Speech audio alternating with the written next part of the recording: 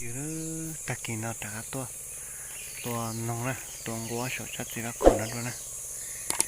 Là mò của tua thì ngô trong cái ngầu thế thì tua ít liệt chứ chỉ trả một hồ lử này ạ chứ không. Thế thì tua ít liệt thì trả một hồ lử lệ. Thì ngô là trong cái thế thì sẽ chỉ càng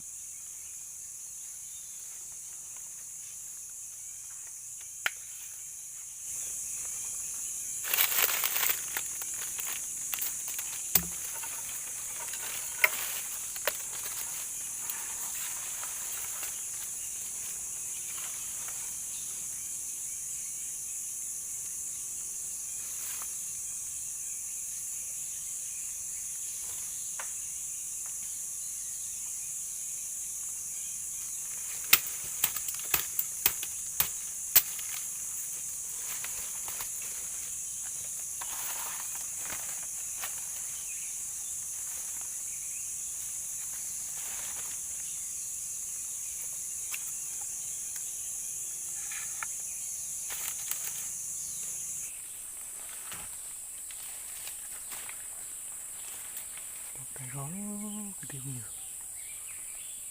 Qua này.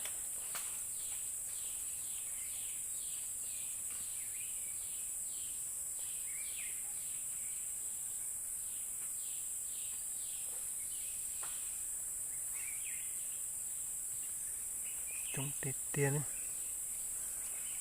Qua là chuyện gì ăn qua là bếp lâu chột tụi nè.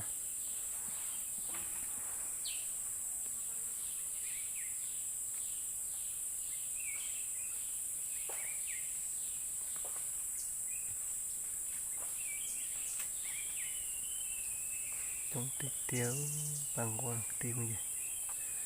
Thay nó này sai nè, của đẹp tua nè.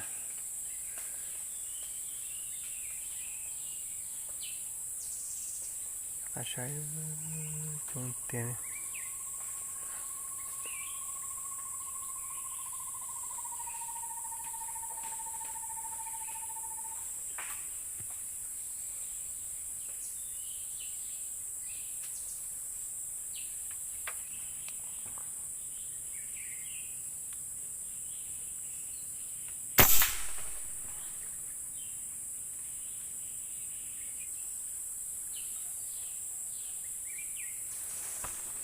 Tôi chờ tụi nó, tụi nó đây quá.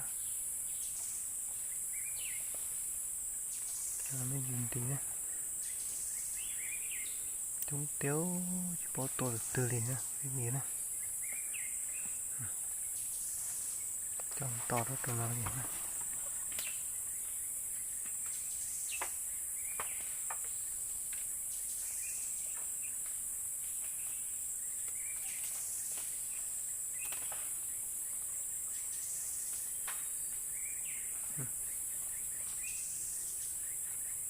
Chúng tía qua nè.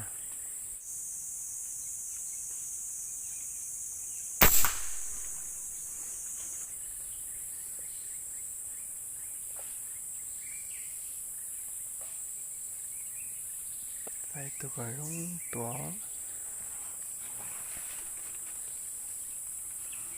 Là trong cơn còn thế nào. Nên tôi nhảy dài mà cho tôi phải dò xí đó. Cái tiếng gì. Tôi chờ nó chỉ mong qua cái nè.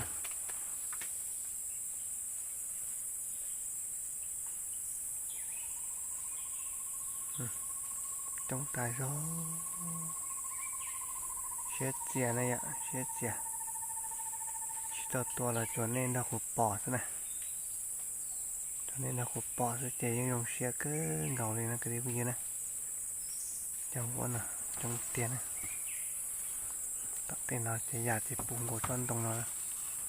Tên nó như bơ đủ đi. Trong bóng của cái con này bò nó. Giả chạy lần chè tụi nó này. Bò hải ưu. Nó này. Trong tiếng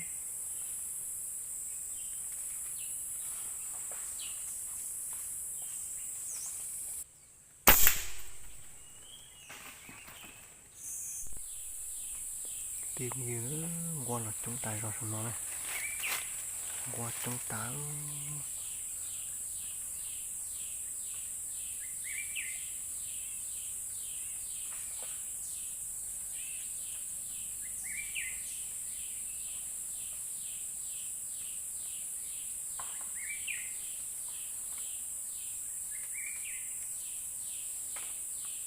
bị ba kẹt chúng ta trả cổ tờ tu nâng cổ tu nào bây giờ chúng tiếng wow cho lọt tài rồi này chúng tiếp tiếng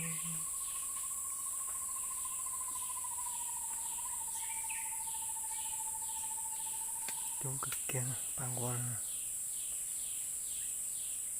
tròn to gì nào chưa có chơi thì tròn to nữa cho cái sai xe của tua bây giờ trâu này ạ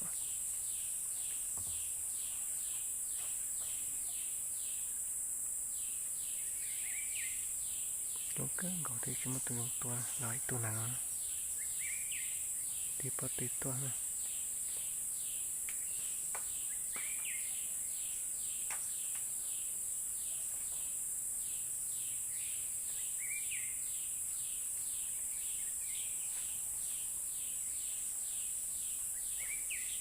tôi nó tí bắt tí tua chỉ có tua này chúng tại gió đi gì nhà nó nhà là tôi sát vào nó tạc kia nữa chúng tiếu đi là tôi sát đá thả nữa